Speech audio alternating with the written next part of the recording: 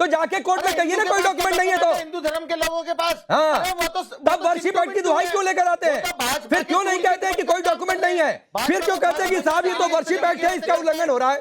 फिर worship act की दुहाई मत दिया करिए, फिर कागज को गलत साबित करिए, फिर कागज को गलत साबित करिए। मेहरबानी, वर्षिप एक्ट की दुहाई मत दीजिए फिर। सारी कागज है तो दिखाइए। हाँ तो दिखा ही रहा है कोर्ट, कोर्ट कागज पर ही फैसला देता है। नहीं नहीं ठीक है, नहीं नहीं बहुत सही है, एक चीज खुलकर हो गया अवधेश जी के पास कोई अरे ठीक है मेहरदीन रुक जाइए, आप एक्सपोज हो गए दरअसल आज। अरे और आप एक्सपोज इसलिए हो गए हैं अजारी जी, रुकिए रुकिए रुकिए रुकिए। अब अजारी जी मेहरदीन की बात से एक बात तो साफ है, मुस्लिम पक्ष को वक्फ बोर्ड को जहां जहां अपना दावा लगेगा वहां वहां वो लेकर जाएगा। कागज होगा तो कागज लेकर जाएगा, नहीं कागज होगा तो बिना कागज के जाएगा वक्फ के बहाने, लेकिन हिंदू पक्ष कहीं ना जाए। ये लॉजिक आपको ठीक लगता है? राकेश भाई देखिए राकेश भाई, रुकिए आजारी जी से सवाल किया। भाई जितने भी मेरे हैं और जितने भी मेरे उन्होंने हम सबको जिन मस्जिदों का दावा किया है कि इसके नीचे मंदिर है, मस्जिद है, क्या क्या क्या उन्होंने कोई कागज पेश किए? कोई कागज नहीं है जो नागपुर के दफ्तर में लिखे गए, वही इतिहास ला करके पेश कर दिया उन्होंने। दूसरी बात यह है कि अभी मैं सुन रहा था, बहुत सारी बातें हुई हैं चैनल पर आपके। अभी मैं सिर्फ इतना ही कहूंगा कि भारतीय जनता पार्टी ने, अनिला सिंह जी की पार्टी ने, जैसे राम मंदिर के मामले में जो प्राण प्रतिष्ठा हुई थी, जैसे प्राण प्रतिष्ठा को हाईजैक किया था, ऐसे कुंभ मेले को हाईजैक कर लिया उन्होंने। इस अंदर उनका, क्योंकि उनका इन बातों के अलावा से काम ही नहीं चलता। जो भारतीय जनता पार्टी का वजूद है वो है ही इसलिए। अनिला सिंह जी भारतीय जनता पार्टी की प्रवक्ता है, लोकतांत्रिक मुल्क की एक बहुत बड़ी पार्टी है भारतीय जनता पार्टी, उसकी आप प्रवक्ता है, और आप सिर्फ एक मजहब के, एक धर्म की बात आप कर रही हो बैठी हुई। अरे आप खुल करके बोल रही हो कि भाई बकरा ईद में क्या होता है, क्या यहाँ पर बकरा ईद का क्या मामला? नहीं आजारी जी आप लेकर के आ गई। अच्छा चलिए अनिला जी आप ही जवाब दे लीजिए, मैं बीच में नहीं आता। अरे भाई नहीं मैं इनको बोला आधी बात ना बोला करें। मैंने ये साफ कहा था कि जैसे मैं आपके धर्म के ऊपर कोई टीका टिप्पणी नहीं कर सकती हूँ, ऐसे आप मेरे धर्म के ऊपर कोई टीका टिप्पणी ना करें, ना बताएं कि गंगा जी में संगम में स्नान करना चाहिए कि नहीं करना चाहिए। वहां पर जो जल है वो स्नान योग्य या पीने के योग्य है कि नहीं है। हमारे यहाँ मृत्यु शैया पर जब कोई लेटा हुआ होता है तो उसके मुंह में तुलसी और गंगा जल डाला जाता है। हमारे लिए गंगा जो है वो इतनी पवित्र मानी जाती है, और उसके ऊपर यहाँ पर बैठकर आपके नेता जो है नहीं ठीक है अनिला जी आपने जवाब दिया। आजारी जी आपने अपनी बात कही सर, मुझे मेरे सवाल का जवाब नहीं मिला, और मेरा सवाल ये है कि मेहरदीन कह रहे हैं, रुकिए सर रुकिए, मेहरदीन कह रहे हैं कि जहां जहां हमको लग रहा है कागज, आप कह रहे हैं स्कंद पुराण नागपुर लिखा गया है, स्कंद पुराण को आरएसएस के हेडक्वार्टर में लिखा गया है। अलग अलग पुराण, अलग अलग जो ऐतिहासिक और आध्यात्मिक जो सबूत दिए गए हैं वो पुराणों में जिक्र है ना भाई, चाहे अयोध्या काशी या मथुरा की बातचीत है। अब बाबर ने कहीं गिरवा दिया और बाबरनामा तो यहां से बैठकर लिखा नहीं गया था, तो जाकर पूछिए लिखने वाले से। आलमगिरी को जिसने लिखा उसमें जाकर पूछिए कि भाई क्यों लिखा, किस आदेश का जिक्र किया औरंगजेब ने जब गिरवा दिया।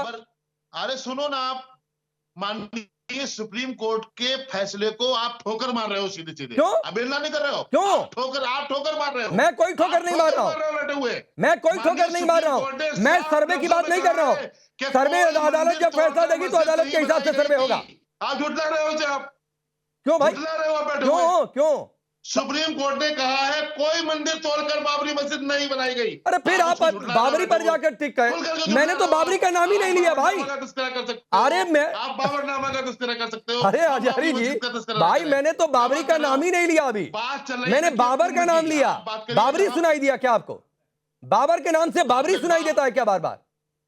बाबरनामा बोल रहे हो ना आप? अरे मैंने बाबरी का तो नाम ही नहीं लिया अभी। काफी सुनिए तो बाबरी निकल रही है ना वहाँ संभल में। आप मतलब कुछ भी पुरानी बावड़ियाँ काफी निकल रही है संभल में। सुनिए में भी आ जाता होगा। सरकार का काम है सुरक्षा देना कुंभ में, सरकार का काम है चिकित्सा देना। जो समाजवादी पार्टी के सांसद थोड़ा बहुत हास्य व्यंग कर लीजिए, हमेशा गुस्से में क्यों रहते हैं आप? अच्छा चलिए ठीक है अजारी साहब, हमेशा गुस्से में क्यों रहते हैं? थोड़ा बहुत हास्य व्यंग कर लीजिए, हमेशा गुस्से में रहना ठीक नहीं है। नहीं, उनको सवाल से स्किप करना है। उनको वक्फ बोर्ड का दावा कुंभ नगरी में ठीक लगता है, कल की मंदिर के नीचे वक्फ अपनी जमीन तलाशे तो ये अजहरी को और मेहरदीन को ठीक लग रहा है, लेकिन हिंदू पक्ष कहीं चला जाए लेकिन किसी ये समाज तो के साथ तो बुरा लग आपत्तिजनक है जाए। ना राकेश पांडे, ये तो आपत्तिजनक है ना। इतने साधु संत देश के सारे मेरी बात सुनेंगे आप? एक मिनट, एक सवाल का जवाब दे दें आप। और एक मौलाना कह रहे हैं कि तो हमारी जमीन है, हम आपके साथ उदारता बता रहे हैं। अवधेश सुन तो ले, आप तो अपनी ही सुनाते, दूसरी की सुनते नहीं, फिर हम आपको जाना चाहिए। अच्छा रुकिए, मैं तारिक खान के पास जाता हूँ। अवधेश मेरा एक सवाल है आपसे, अवधेश जी से सवाल है मेरा सवाल। अच्छा जल्दी सवाल पूछिए, जल्दी सवाल जल्दी जवाब, फिर मैं तारिक खान के पास जाऊंगा। जो आपने आज तक ढिंढोरा पीटा है कि वक्फ बोर्ड की 9 लाख एकड़ जमीन है देश में, मैं पूछना चाहता हूं उत्तर प्रदेश में कितनी और कहां है, बताइए। आपने भी कहा है अवधेश जी, बहुत बार कहा है चैनलों पर कि 9 लाख एकड़ जमीन है, कहां है वो, बताया अब हमें। 9 लाख एकड़ जमीन का बोलते हैं आपके, अगर कुंभ में बता दी तो 9 लाख एकड़ जमीन हो सकता है कुंभ में हो। उसके आप डॉक्यूमेंट नहीं ठीक हो गया। चेयरमैन आपका 9 लाख एकड़ जमीन पूरी कुंभ की जमीन, आपको पूरी कुंभ की जमीन अजहरी जी के हिसाब से वो वक्फ बोर्ड की है। पूरी जमीन कुंभ की वक्फ बोर्ड की है। मैंने तो अब ना बहुत सही है। अब तारिक खान मैं आऊंगा, अनिला जी रुक जाइए, रुकिए। इसीलिए वक्फ बोर्ड में सुधार की जरूरत है, और ऐसे ही अजहरी जी आप करते रहिए, मेहरदीन आप ऐसे ही करते रहिए, देश के लोग सड़क पर आ जाएंगे कि वक्फ बोर्ड को ही हटाओ, खत्म करो। ठीक है तारिक खान, वो मिली क्या आपको रिपोर्ट जो आप कह रहे थे मैं दिखाऊंगा? रुकिए भाई, रुकिए। तारिक खान रिपोर्ट मिली क्या? मैंने मोबाइल से कनेक्ट किया है आपको, मेरा जो लैपटॉप है उसका कनेक्शन टूट गया था, इसलिए मैं वो रिपोर्ट नहीं भेज सकता क्योंकि मोबाइल से मैं कनेक्टेड हूँ। मिली हो, कुछ पढ़े हो तो बता दीजिए सर, हम क्रॉस चेक करवा लेंगे।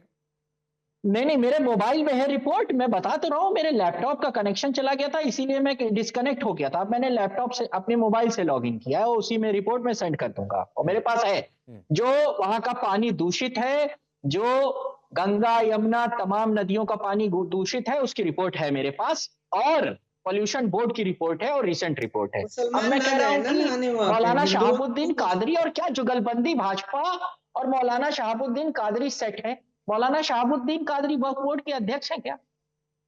मौलाना शहाबुद्दीन कादरी कुछ भी कहेंगे। अरे आपकी पार्टी के नेता बोल रहे हैं, शहाबुद्दीन रजवी, कादरी नहीं रजवी, तो उनको तो छोड़ दीजिए, आपकी पार्टी के नेता भी बोल रहे हैं। नहीं, ये जो शहाबुद्दीन रजवी है ये कोई वक्फ बोर्ड के नेता है या वक्फ बोर्ड के कोई मेंबर है, अध्यक्ष है, क्या है? अरे महाराज आपकी पार्टी के नेता बोल रहे हैं, तारिक खान आपकी पार्टी के नेता बोल रहे हैं। बड़े भाई देखिए, ये आपस में खेल मत खेलिए। जब वक्फ बोर्ड की साइट आप खोलेंगे तो प्रधानमंत्री योगी जी, धर्मपाल सिंह, और उसके बाद धर्मपाल सिंह के बाद दानिश अदालत अंसारी, इनकी फोटो लगी हुई है। वक्फ बोर्ड अपनी पार्टी के नेता पर नहीं बोलेंगे? सुन तो लीजिए, वक्फ बोर्ड का जीरो क्लेम है। शहाबुद्दीन साहब कुछ कहे, आपको इस बात को इशू ही नहीं बनाना चाहिए। अच्छा? जब वक्फ बोर्ड कुछ कहे, भाई वक्फ बोर्ड ने कुछ कहा। अच्छा जरा वो सुनाइए, 2-3 बाइट है, जरा तारिक खान सुन लीजिए, जरा सुनिए ना, जो व्यवस्था पर आप लोग, आपकी पार्टी के नेता, आपकी पार्टी के अध्यक्ष, सभी लोग बोल रहे हैं, जरा सुनाइए तो व्यवस्था देखिए कितनी अच्छी व्यवस्था है, देखिए साफ सड़कें हैं, इस लाइट की व्यवस्था कितना एकदम पूरा। अखिलेश जी कह रहे हैं कि भाई व्यवस्था ही नहीं हो पा रही है, व्यवस्था ही नहीं। अखिलेश जी कहने से नहीं होता है ना, कुछ व्यवस्था कुछ किए ही क्या कह रहे हैं पता चले। अखिलेश जी कह रहे हैं कि व्यवस्था हो ही नहीं रही है। अखिलेश जी ने कभी कुछ किया ही नहीं, तो उन्हें क्या पता है कि कैसे किया जाता। उनके भी शासनकाल में 2012 में हुआ, शासनकाल बहुत दुर्घटनाएं हुई थी, बहुत सारे लोग मरे थे, और वो मिसमैनेजमेंट का एक बहुत बड़ा एग्जाम्पल है कि एक स्टेशन पे हमारा फ्लाईओवर पूरा टूट